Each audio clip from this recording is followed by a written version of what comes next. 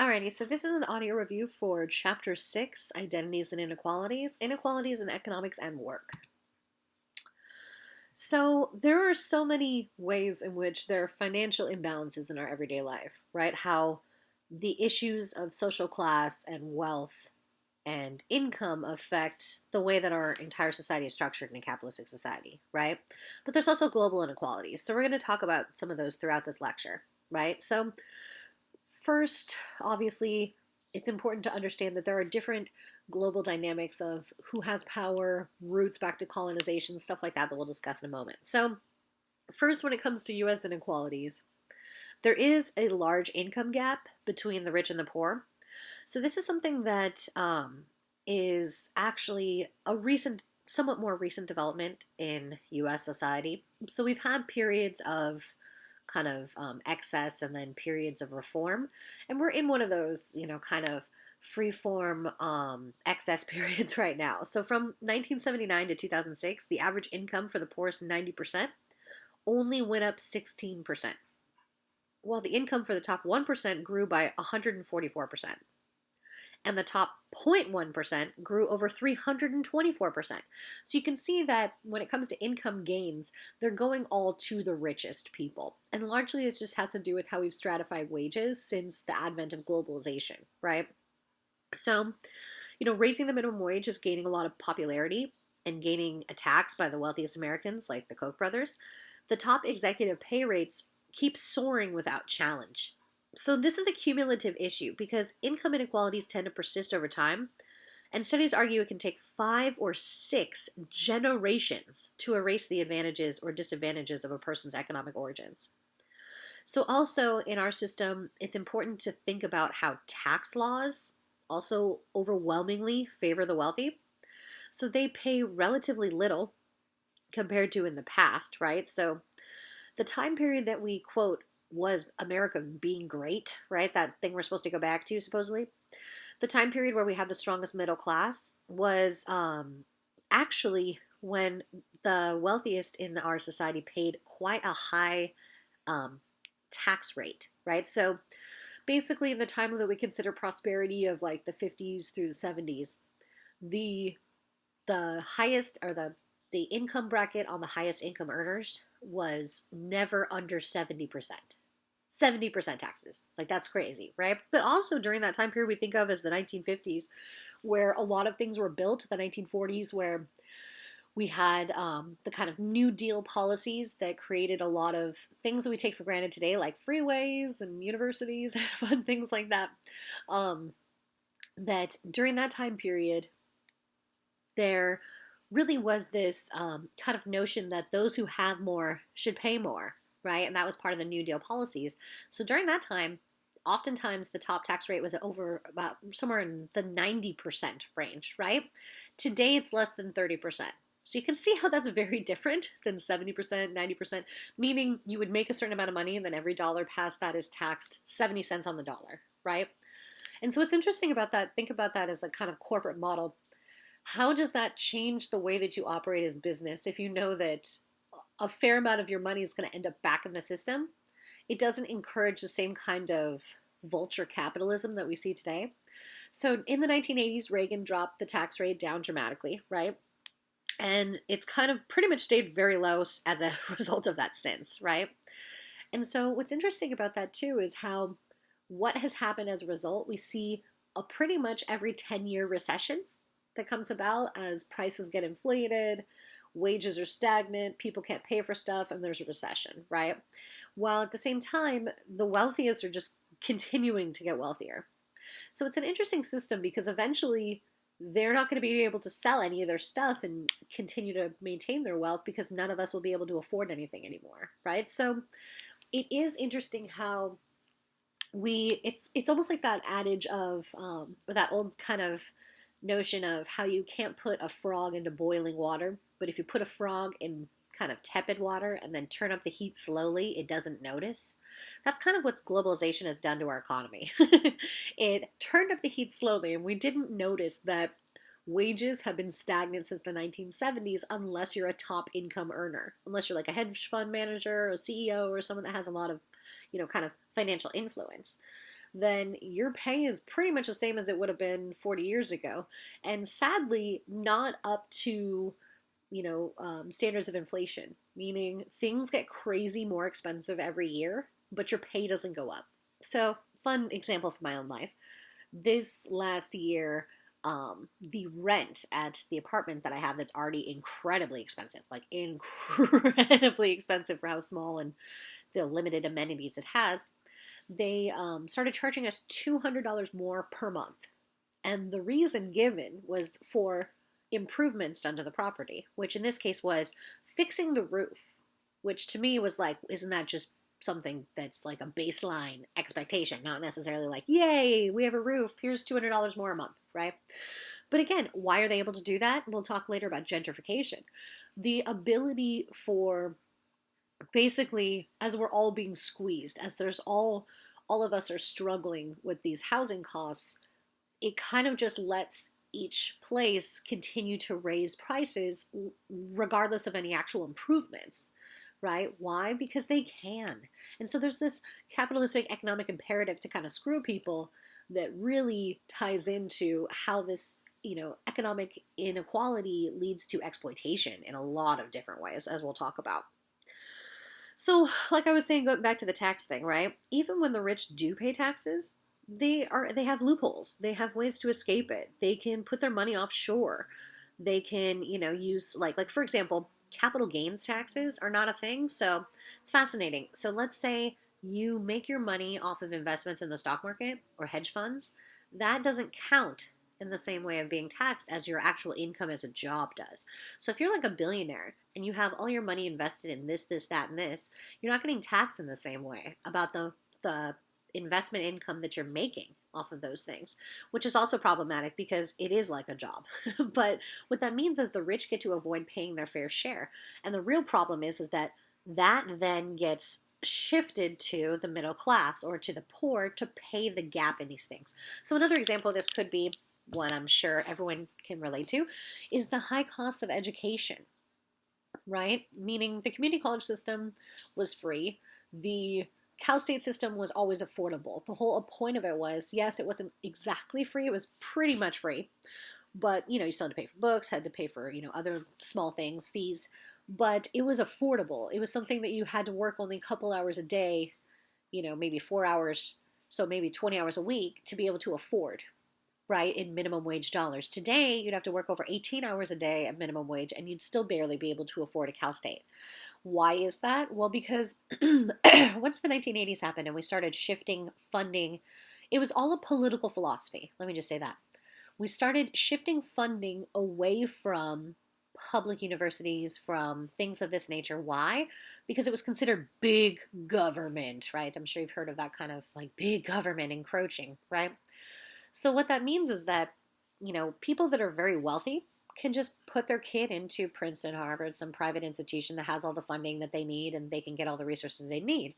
For the rest of us that use public institutions as a way to gain an education, those funds have been cut year after year after year, right? And as less tax revenue comes in, less money is there to provide those resources. And so what happens? They shift the burden to the students. Tuition just goes up and up and up and up and up, right? I mean, it's incredible from when I started to when I finished, just how much of a price difference it was horrifying, right? So anyway, it just shows like in one way how the burden gets put on the poor. Because again, if you can't pay for school, what do? I mean, hopefully you can get financial aid, but there are a lot of people that kind of are in that bracket where their parents might make enough money that they have a decent like house or standard of living, but they certainly don't make enough to still just be able to easily pay for college, right? Because no one's going to just like throw tens of thousands of dollars out there and be like, that's chill, right? Or if they can, usually they're not sending their kid to a state university. But anyway, so a lot of this gets shifted as a burden to students to have to take out loans, to have to really overburden themselves with financial problems to be able to get through education. And so we've talked about this before, but who is privileged in that system? Who is privileged in a system where you have to pay to access it, where you have to pay to succeed? Those that have the money, right? Because they can just get through it. So basically it's that privilege thing of the essence of privilege being, if it's not a problem for you, it's not a problem. right? So this is also why a lot of legislators don't care about these issues of affordable education. That's why it's so nice to hear progressives in the Democratic camp like Bernie talking about these things, right? Largely because it's just not a priority for most legislators because they are rich as hell and it's not a problem for them. So they don't see it as, the kind of burden that people go into over 30 years of debt just to have a basic job that's going to give them a basic standard of living. So this is really problematic because since the globalization has happened, the changes in the taxes codes have happened, this has put a huge squeeze on the middle class, right? And so it's interesting when we talk about income and wealth inequalities. Income, obviously different than wealth, right? Income also can lead to stark inequalities in wealth itself. So income is the money that you make in, a year working at a job, and wealth is basically the accumulation of everything you own and have. So in my case, that's nothing. I have more debt than I have things, right? Also, I own no property, so it's pretty straightforward, right? But again, this idea, though, that the income inequality itself can lead to inequalities in wealth because a lifetime of high earnings and inheritance from privileged parents creates this lasting advantage in the ownership of property. So you have all this nice consumer goods, cars, furniture, houses, financial assets in the form of stocks or bonds, savings, life insurance. So the wealthiest 1% in this country actually control a larger share of the national wealth than the rest of the 99% combined. And that's why it's such a stark contrast and why it's so important. But it's also fascinating. There's this film that I show in other classes called Inequality for All, which I guess I should show in this class because of the title. But anyway, it is on Netflix if you're interested. It's great.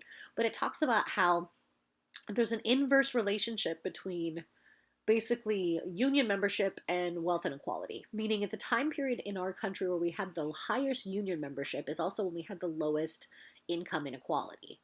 Well, right now we have the lowest union membership we've had since the union rights movements of, basically the late 1800s, early 20th century.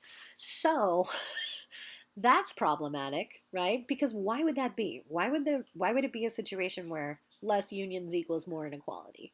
Because unions are there to advocate for workers' rights and for workers' pay, right? So without them there, it makes it very difficult for employees. And a lot of corporations have structured their companies so that people cannot collectively organize, right? It's either illegal or very difficult, right? So Walmart's a great example of that, where they've structured a system where if you want to organize a union, you can't just organize a union at your local Walmart store. You can't even do it regionally, like Orange County or, Los Angeles metro area or Southern California or even California. You have to do it everywhere, meaning across the national US, across the world. And there's hundreds of stores everywhere. So obviously that's not something that people can do easily, but it would be easier if you were able to collectively organize at your own store and create a union, and then that could build momentum throughout other stores. But it's basically just a tactic to make sure that employees at retail jobs don't have the opportunity to collectively organize, because then they can advocate for higher wages, for better working conditions, things of this nature, right? So again, we always have to talk about the intersections or the understandings of these things that we have to look at from different perspectives. So we also know that when we talk about race and income inequality, right, race and class are always intricately linked, largely because, the history to this is that people of color were systematically locked out of opportunities. So when, even when there's situations in the past where the poor middle class had some help, right, whether it's the GI Bill or, those kind of provisions that have given people access to, the middle class, those things were systematically locked out for people of color. And so this leaves a racial legacy of inequality that's persisting over generations, because like I said before, if income inequality as a problem can persist as generationally as 5 or 6 generations, and we're talking about inequality still operating today, that's going to take forever to kind of balance those things out. So it's important that we start addressing these problems systematically today so that we can alleviate harm now and alleviate harm in future untold generations, right? So again, getting back to the middle class. What's fascinating about the middle class thing is it's more an identity than anything else. It's something that we all aspire to be, because the political views and the habits and values and lifestyles of the middle class are the ones that we've set our societal expectations around, right? It's the class that all others are judged against. But the middle class has been shrinking for the last few decades. And the recent recession showed how unstable the middle class has become. Hourly pay and earnings are consistently lagging behind the wealthy. And many are working in jobs that previously would have paid about 40% more than they do today, which is also my job. Hint. But anyway, right? Also, unfortunately to say, a lot of those jobs that you're trying to get with your degree are the jobs that, while they might have been lucrative enough to provide a middle class income or even just a one breadwinner household income to support a family in the past, nice house, couple cars, all the 2.5 kids, all that crap, that money doesn't go as far today because there's increased cost of living that we have to factor in, past globalization, like the increasing cost of healthcare, the increasing cost of education, the increasing cost of transportation, electronics, like everything, like our phones and things that are new but still essential in society, right? So again, race and ethnicity also come into play because families are going to be more precarious if they're facing inequalities that are racial combined with social class inequalities. So while there are obviously many racial or ethnic minorities that have made it into the middle class, they're more tenuous than the white middle class, largely because when there's decreases in pay, these have been larger for ethno-racial groups, mostly because of the kinds of jobs that people get lumped into that also are, racially discriminatory. So not only do the middle class jobs pay less than they used to, there's also fewer of them to go around, right? So a lot of people, as you are doing, hopefully, are following that institutionalized path to college. You think that the end is a promise of a career, right? But a lot of people are unable to find employment that actually help them move into a better social position or into the middle class, right? That unfortunately, the work is there. People are working more jobs and harder than ever, or putting in, actually, we have more productivity as a nation than we have in the past. So it's not that we're not working hard enough. It's just that our pay is so stagnant that it doesn't actually support people being able to support a family on those kind of very limited wages, right? So the poverty rate, or the percentage of people whose income falls below the poverty line, has been used as a way to measure how much poverty exists in our society. But the problem with the measure is that it obscures important differences in subgroups of the population, right? It kind of just amalgamates everyone into one whole. So when you start looking at the statistics, you find that African Americans and Latinos, the percentage of people who fall below the poverty line is just much higher than when you look at white communities or Asian American communities. So clearly there's racial bias that's at play that's affecting the kind of lived experiences or really economic opportunities between different ethno-racial groups. So there's also other, well, before I jump into homelessness, there's also other groups that face specific disadvantages like the elderly.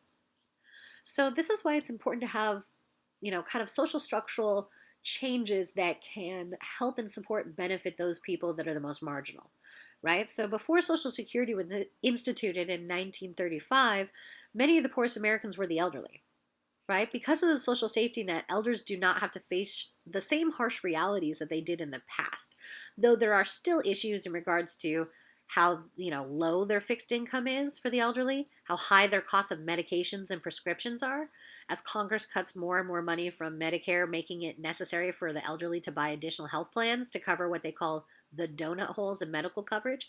That's kind of one of the things I've heard against Medicare for All is people are like, well, look, people have to still buy private insurance and Medicare.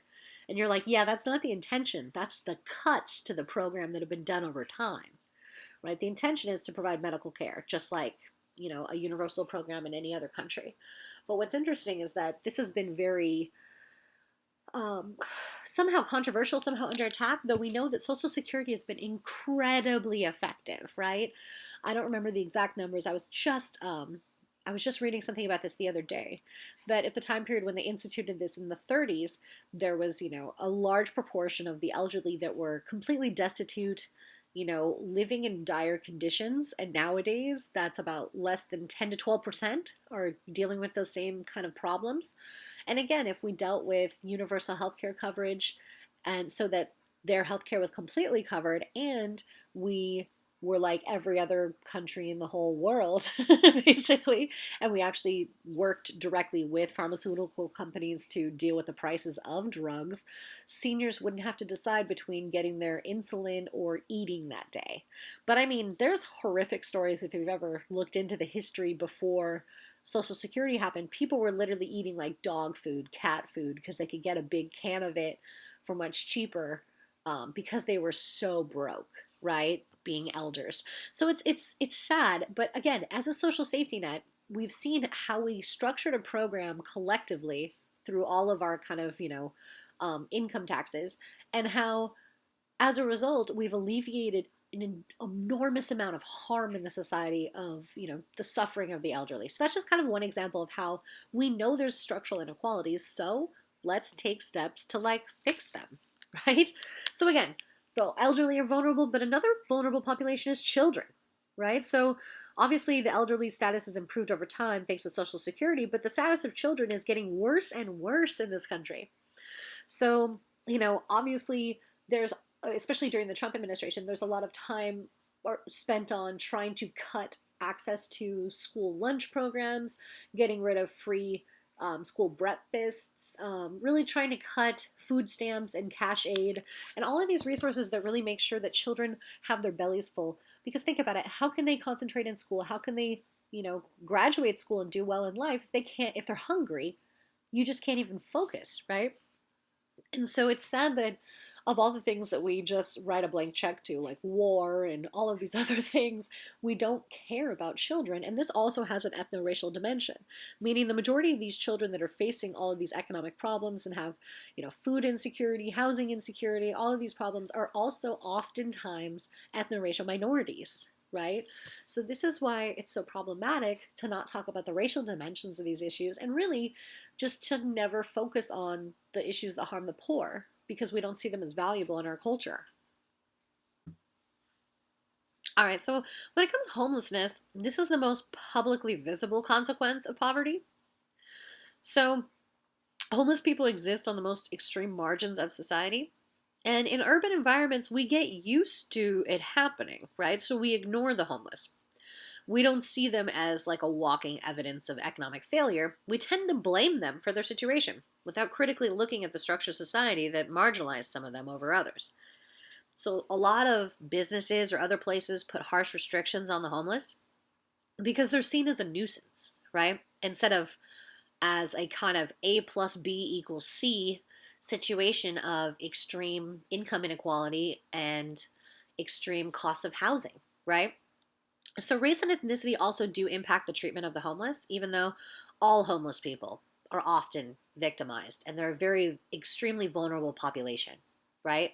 So some of the causes are, as typical of some of these other things, institutional, meaning out of people's immediate control. So it's not just their choices. It's also stagnating wages, changes in welfare programs to put time limits on assistance, something we'll talk about later, but people always complain about welfare, but there's no such thing anymore. It's actually just TANF, what's called TANF, Temporary Assistance for Needy Families, which puts a cap on how many years you can receive it for your entire life. And so when conservative Republicans implemented these changes to welfare, and of course, conservative Democrats signed on and approved such things during the Clinton administration, the idea was that you were, right to work and all of these kind of things. You were trying to get these lazy welfare people, right, to work. And what's fascinating is, again, welfare is very gendered and racialized. I think I put the clip for you on the additional resources for the class about the original welfare queen.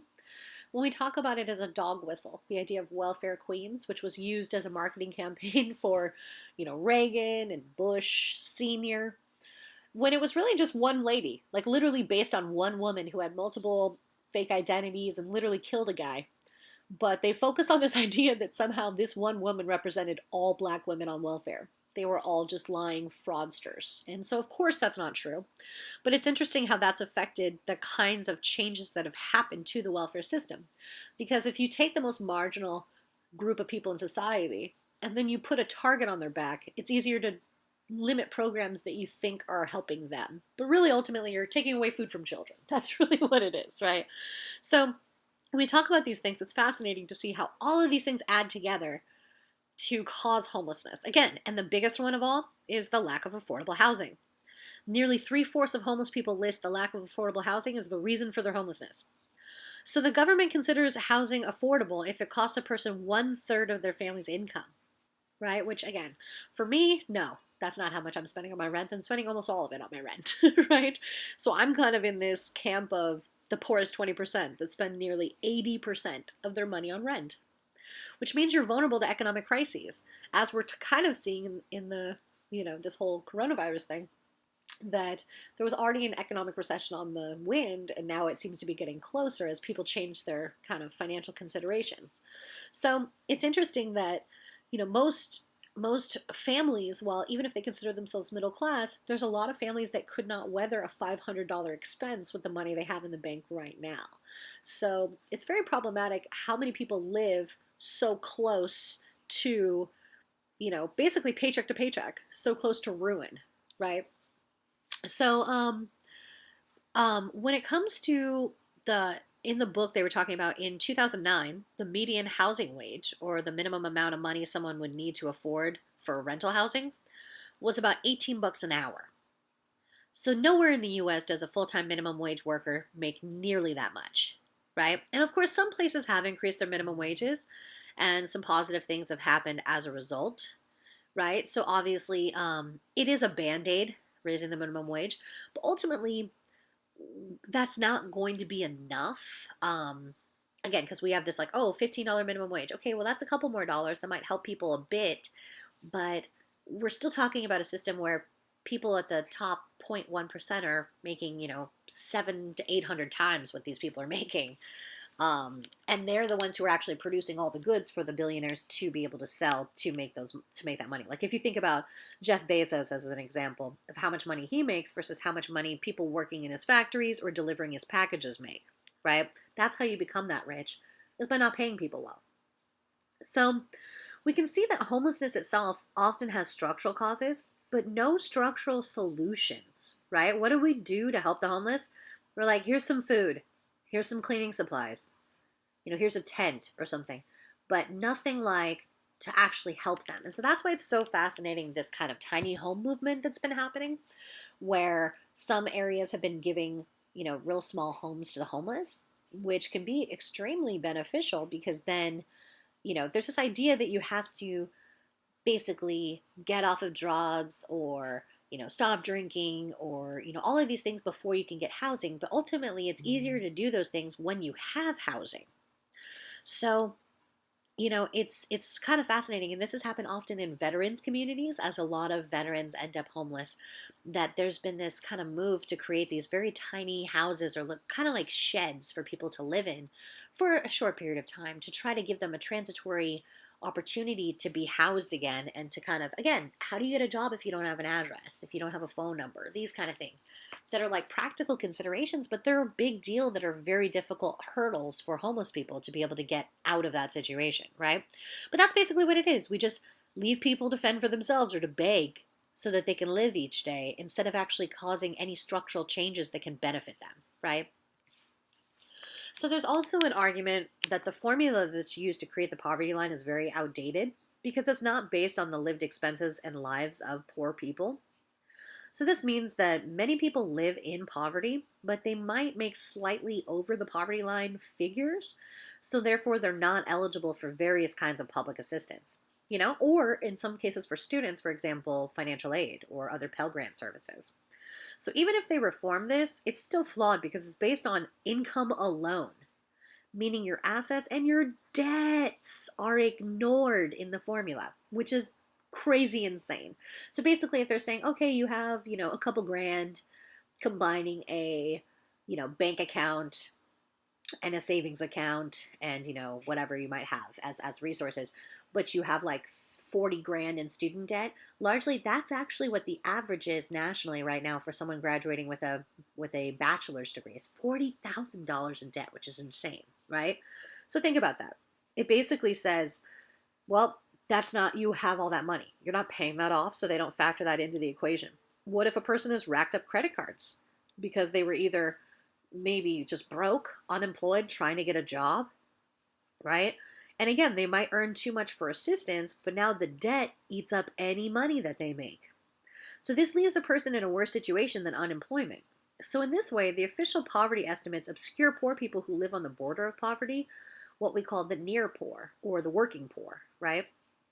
So these realities have psychological consequences as well, because navigating bureaucratic systems of public assistance can be tedious, difficult, and rife with forms of discrimination and indifference. So getting food stamps is seen as an entitlement by some, but it means going to an office every 3 months to provide proof of income, copies of rent and bills, to meet with a caseworker to see if there will be changes, which can take hours, or, in my personal experience, more than one day. I once sat and waited. Yes, I was broken on food stamps, but I once sat and watched Snow Dogs 4 times. That's how long I was at that office. I watched Snow Dogs 4 times, and then they called me in and said, come back tomorrow. And I was like, I work tomorrow. And they're like, you come back tomorrow or you have no aid. So I came back the next day and missed work, and that was a whole problem for that as well. So, I mean, not only these humiliating interactions, but they're also coupled with other problems like managing reactions with a boss about the need to go to the office, finding childcare for people that are trying to get these, navigate going to all these social services agencies and deal with this drama. Coping with a mountain of bills can really psychologically wither even the strongest of people. And all of this is done in this logic that the poor are just lazy, right? The myth that supports all of this ideology. It supports the inequality by using victim-blaming logic. And this distracts people from the reality that the system is rigged against the marginalized, that the marginalized actually work the most. They also often have multiple jobs, right? I mean, I met people when I was crazy broke and working at temp agencies, before and after class, basically, just to try to make it. I met people who worked at a factory job 8 hours a day and then had an hour to get to drive to another factory job to work another 8 hours, who were working full 16-hour days with a 1-hour break, which to me was completely insane. And I couldn't imagine. I was meeting couples that were like in their 50s and 60s doing this when I was young, and I was still physically beat down by the actual labor that was expected in this kind of, factory stuff. Mostly warehouse labor is what it was. So, again, it's really this fascinating way that inequality structures the language, structures the way that we talk about these things in a meritocracy frame, right? Well, if you want more money, work harder, things like that. But again, if people got paid by working the hardest, then roofers would be paid the most, not CEOs, because roofers, that is a hard-ass job, right? Climbing up on top of a roof in the boiling hot sun, putting tar on some stuff, like that is not fun. But again, it's the narratives that create an opportunity for inequalities to continue. So, of course, gender is another factor when it comes to, the economy, obviously. In most countries around the world, women make less money than men. So in 2010, for the first time in history, women outnumbered men in the paid labor force, though this has more to do with men losing jobs than with women working, meaning prisons. There's many more men in prison. Also, the felony label that many more men get as a result of going to prison or coming in contact with the criminal justice system means that it's really hard to get a job, right, once you have that felony. So coming back to the gender wage gap, this is something that increases with age. So when women are about 15 to 24, they tend to earn about 90% of what men earn that are the same age. But by the time a woman is planning for retirement, she's often making only 70% of what her male coworkers earn. So this means that over her lifetime, a woman will earn about $700,000 to $2 million less than a male colleague. And so this leaves her vulnerable to issues of poverty and old age, as retirements are based on earnings. And so this is one of those things I like to talk about, the Lilly Ledbetter issue, which normally if I saw you in person, I'd be like, who's heard of her? And looked at your faces, but I can't do that. So anyway, Lilly Ledbetter, I can put it in the additional resources as a video so that you can find out more information, but kind of a fascinating situation. She worked at Goodyear Tire Company for many years, over 25 years, or somewhere in there. And someone put a note on her desk anonymously telling her, hey, you should find out how much people are getting paid because you're not getting paid fairly. And this is the first time she realized that there were men that worked at the company that had been there less than half the time that she had been there that were making way more money than she was. So she sued. It went all the way to the Supreme Court. And the Supreme Court, being garbage sometimes, as they are, basically ruled that you only have 6 months in which to report unequal pay, right? That was the limitation. So they said, well, she should have reported it from the 6 months of it starting. And you're like, you mean she should get in a time machine? Because how the hell did she know? The only reason she had any knowledge about it was because someone put that note on her desk. And really, let's be real, I've had actual bosses tell me, don't tell other people how much you make. Like, I've never worked in a job where they encourage us to tell other people what we make. So what's interesting too is there's this kind of relationship where men and women tend to congregate a little bit differently in the workforce. So people tend to compare their wages with people that are similar to them, meaning the same ethno-racial minority, or, women tend to compare wages with women and men with men. We have very segregated job markets as well. So sometimes it's not about equal pay for equal work because we're not doing the same job. It's more about equal pay for equivalent work and equivalent qualifications, right? So anywho, Lily Ledbetter, she basically sued, went all the way through all that fun stuff, and then what happened was all the drama where they said, nope, you should have reported it in 6 months. So what happened then was Congress actually did something. This is a fun fact that used to happen. Congress used to do things once in a while. And they passed this thing called the Lilly Ledbetter Act that Obama signed into law somewhere in the 2010s that basically says you have 6 months to, is still the limitation, once you find out you're being discriminated against by wages, you have 6 months to report it, instead of 6 months from the time it started. Because how the hell would you know when it started? Like, it's such a stupid law, right? So it's interesting. She's a really interesting figure, and her story is all too common. And that's why I'll put her in the additional resources so you can watch that video if you're more interested in finding out more about, what she went through in that kind of way. So again, why is the wage gap so persistent? Well, one reason is occupational separation or segregation, right? Where female-dominated jobs tend to earn less or have less status than male-dominated jobs. And again, that also has to do with race and, at that intersection as well. So what's interesting about that, like an example could be the history of the job secretary, which before, basically before the mid 20th century was considered a masculine job. It was mostly men that had that career field. But eventually they realized women can type and answer phones and they're way cheaper to pay. So secretaries became predominantly female. And what's interesting is during that time period, the pay dropped dramatically for secretaries and the status of the job dropped dramatically as well. Why? Because they're associating it with women instead of men. So that's kind of one example of how this segregated job market means different pay based on who you are more so than how valuable your job is.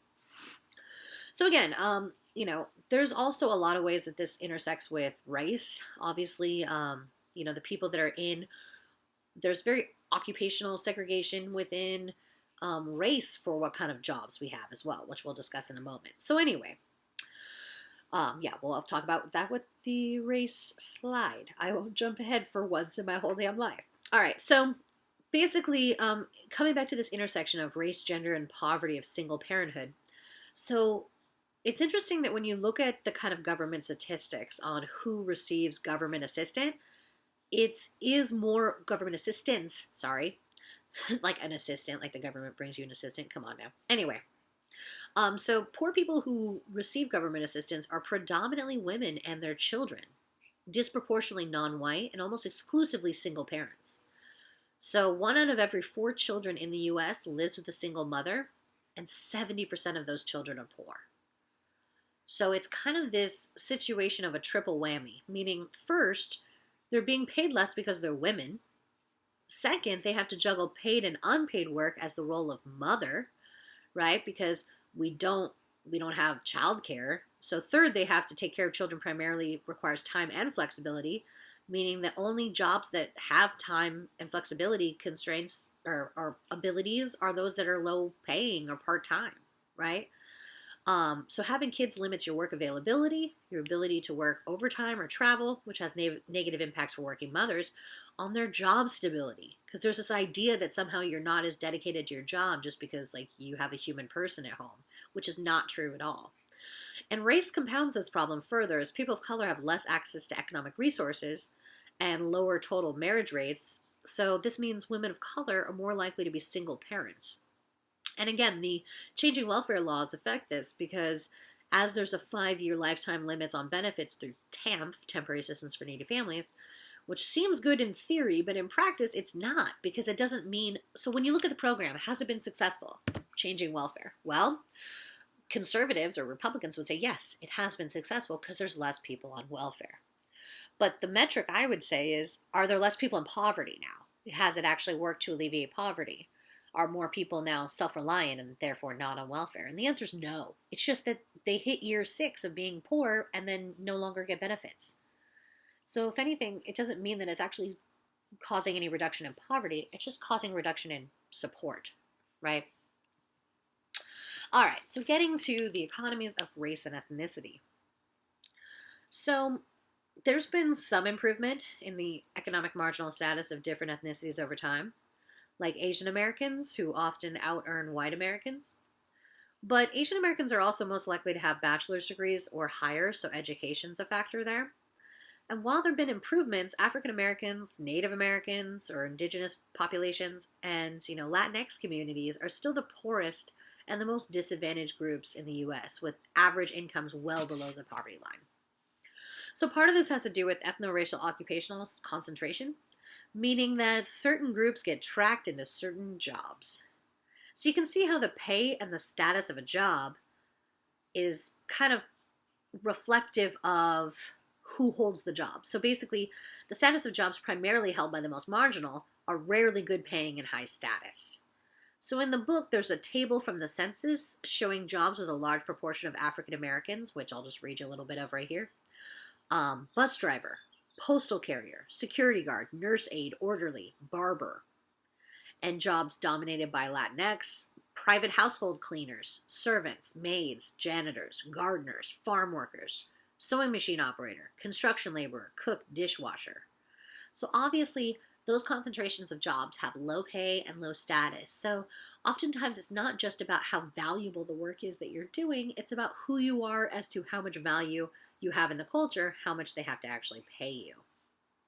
So this is what's interesting about this too, is these are the groups who are also worst hit when economic restructuring takes place. When we offshore factories or we, basically outsource certain industries that are predominantly black and brown laborers working in them.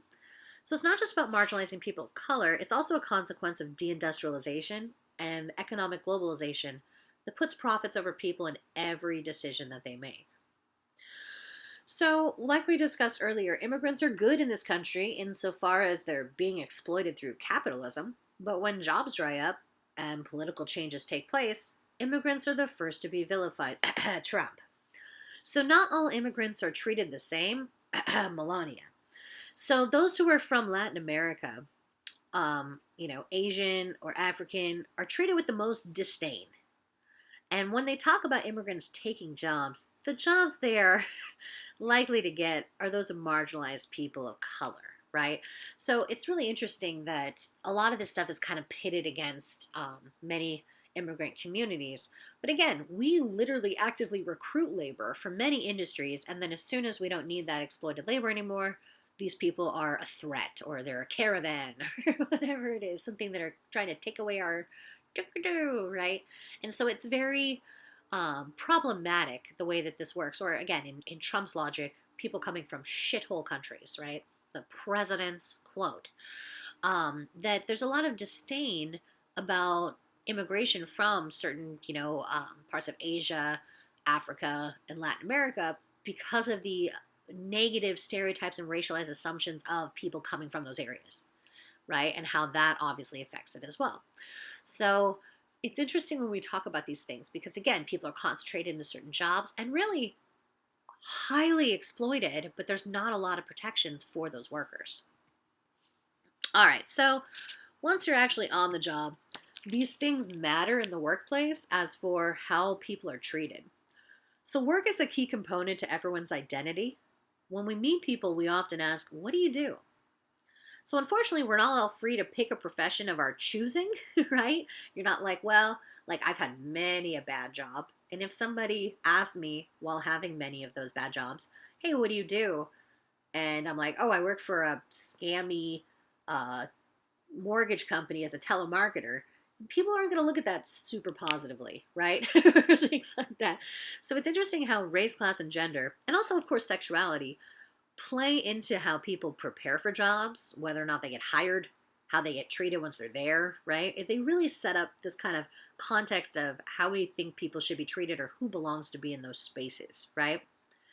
So, in this way, discrimination can affect economic stability, but also how people define themselves and how they define others and how much level of kind of success they see for themselves in the culture. Even though oftentimes they are systematically kept out of the success, but it's considered like an individual thing, like, oh, you just haven't worked hard enough. So, race, class, and gender, and of course, sexuality can also influence this everyday work experiences. So the example from the book was for medical students where women were often mistaken for nurses and people of color often experience high degrees of racial segregation in programming. So students who were poor often struggled to look professional in those spaces, right? Because looking quote unquote professional just means looking like you got money to throw away on some crap. So these things can all be taken as understandings of who should and shouldn't be present in certain communities, or who, even if you're trying to get that job training, who actually is going to have access and who isn't. So the Civil Rights Act of 1964 says a person cannot be denied a job or fired based on their gender, race, religion, or ethnicity. Sexual orientation is not protected. So while a lot of corporate jobs pinkwash themselves and kind of like, oh, we care about this and that, the legal status of sexual minorities in the workplace is actually quite complicated. So once you took a look at recent history, you see that, there's been some precedents in the Supreme Court, and the Supreme Court is still trying to decide a case right now dealing with sexual orientation and the job, and also gender, your performance of gender, meaning can you fire a person for being transgender? The answer is yes, across the entire United States. So, and I mean, also there's other Supreme Court rulings, like in 2000 when they said the Boy Scouts could legally exclude men or gay men from employment. So again, there's, or the don't ask, don't tell policy that was repealed by Obama, right? That a lot of these things are still prevalent in the culture and affect the way that people are treated in the workplace. And so some people just kind of remain in the corporate closet, meaning they're not out at work because they know that there could be consequences to the way they're interpreted, to what kind of business deals and opportunities they have, if they get, hired, fired, retained, all that kind of fun stuff. So it's interesting that we spent a while there kind of advocating for same-sex communities to be able to get married. What's interesting nowadays is same-sex marriage is legal, but you could then go to your wedding and then come back to work on Monday and be fired. And there's no compensation or retribution for that.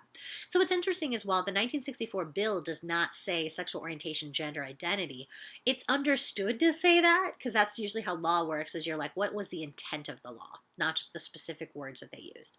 But conservative justices are saying, no, that's not the intent of the law. So it's really interesting to see how this is going to go down. And also, again, what kind of consequences this is going to have for a lot of people. Also, of course, racial discrimination is a huge problem in the workforce. So ethno-racial minorities have long faced discrimination as workers and as customers. So the book gives examples of lawsuits that were settled because of overt racist statements made by executives and other employees that show a culture of prejudice. So even businesses themselves have racist policies, like the Miami example from the book, where an automated tip of 15% was added to the bills of black patrons because the owner argued that, quote, blacks do not tip well, end quote. And in 2004, Cracker Barrel had to change their training as it was common practice to seat black patrons far from white ones, often seating white people first, even if they arrived after black customers. So again, it seems like, okay, whatever, people are being seated. But how the hell is that a corporate policy? Right? That's insane that you're literally like teaching a culture to your employees of inequality, right? And often these habits continue because they're taken for granted. And they just become muscle memory for a lot of folks. And so the most far-reaching structural attempt to alleviate the discrimination came in affirmative action legislation. So affirmative action is a set of programs and policies that seeks out or to provide equal opportunity to ethno-racial minorities and women for educational and occupational positions. So the idea is that past discrimination has a residue and a consequence for the people that are living now. And these policies aim to make sure that the scale is more balanced.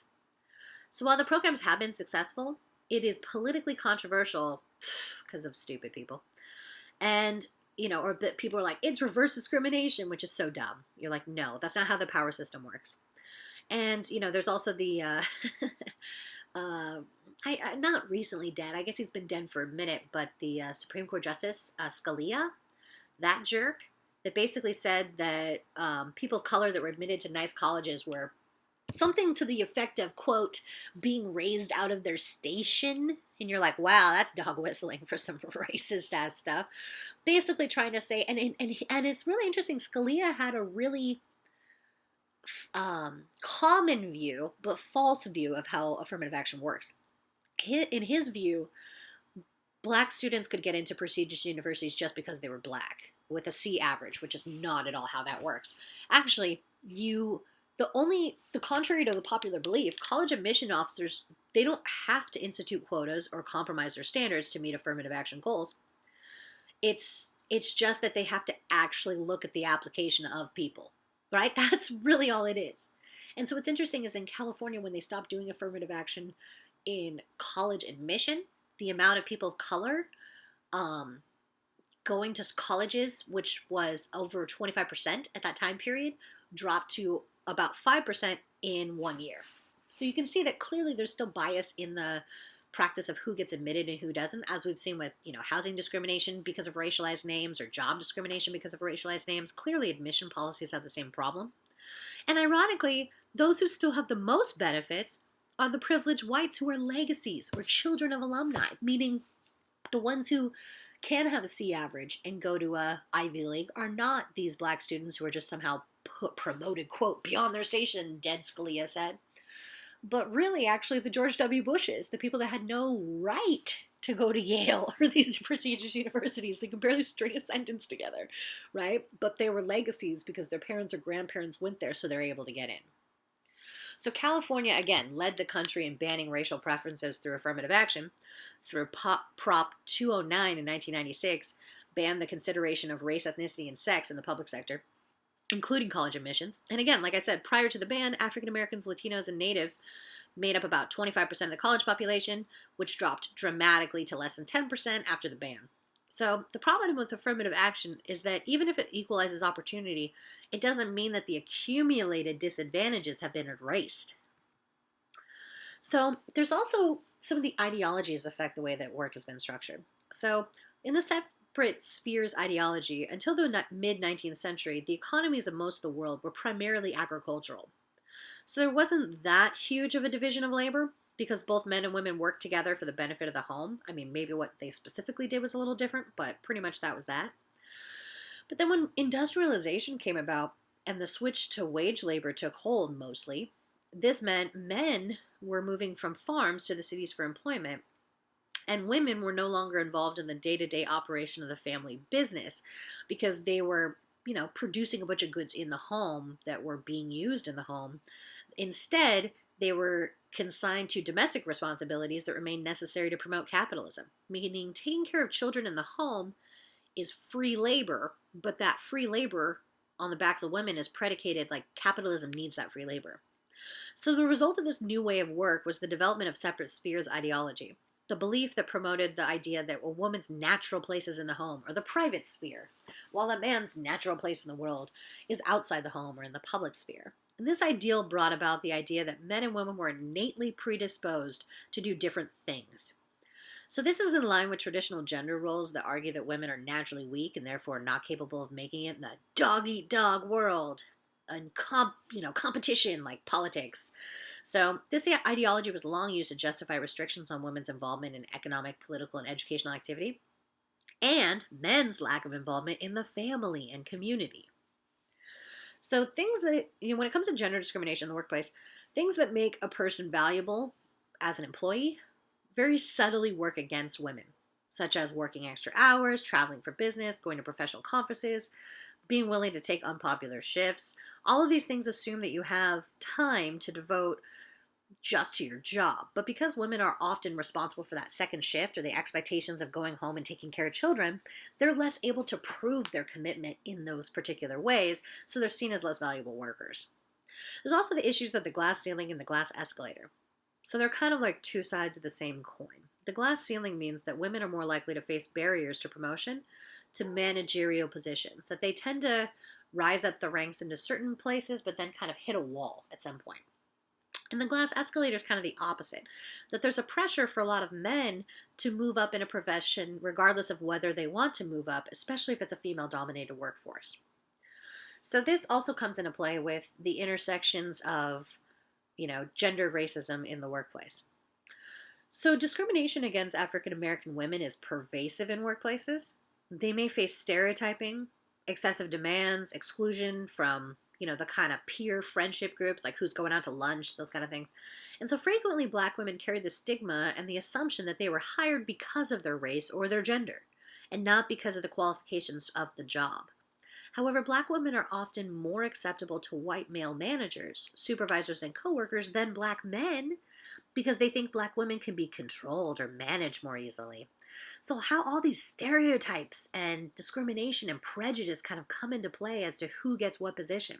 So when you combine race and gender, you can see the really subtle and sometimes not subtle nuances in the way that discrimination functions, right? Whether, in the world of work. And these, again, what jobs we have, whatever. It's like, no, these have huge consequences in our income and our wealth inequality and just really our standard of living and everything else, what kind of, retirement you have or not, right? A lot of people don't have one anymore. They just work till they freaking die.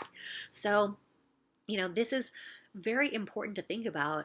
How do we change the structural nature of these structural inequalities? Because these things are built into the system of work, right? So we have to really be cognizant of, if we made those changes, we built those things, then we can unbuild them, or we can restructure these things into ways that are not so discriminatory. And we can look around the world and see different countries that have done a much better job of this. But it is interesting just to see how, when we talk about some of those more universal issues of, there should be, as you see the progressives talking about, of universal health care, universal college tuition, right? Universal daycare or pre-K. Those things not only would help the poor, but disproportionately, communities that are suffering through a lot of these things that could be lifted up, because if they're not spending all their money on incredibly high healthcare costs or prescription costs or child care or any of these things, kind of going back to that triple whammy, if you're that woman who has to, pay so much for daycare, or sometimes, I have friends of mine that teach that have literally, because they have young kids, have literally decided not to teach because they can actually save more money. Like they would pay more than they're making in wages as a professor to a daycare center, which is fascinating to me because the daycare workers don't get paid anything. So where the hell is that money going, right? But basically, these are things that have been handled in other countries. Like in France, you basically, because it's subsidized through, a kind of more democratic socialist system, you're paying about $1 an hour per kid. And the people in the place watching your kid are, trained in child development. They're not just like warehousing your kid, right? So that's very different than here, where basically, again, privilege really dictates a lot of this. That if you're rich enough and you have one breadwinner and one person can stay at home, then you don't care about childcare.